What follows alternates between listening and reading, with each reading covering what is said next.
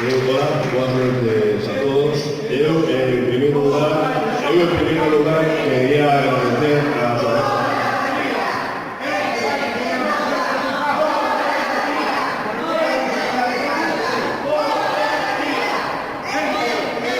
muchas gracias.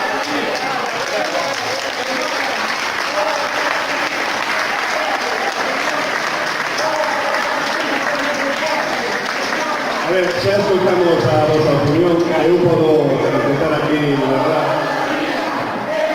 Bueno, a ver, en calquera caso, en primeiro lugar, un mensaxe para a Asociación Francesa da Ría.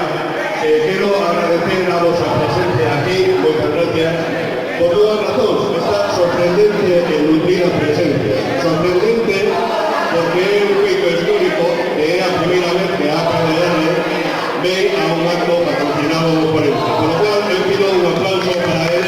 Muchas gracias.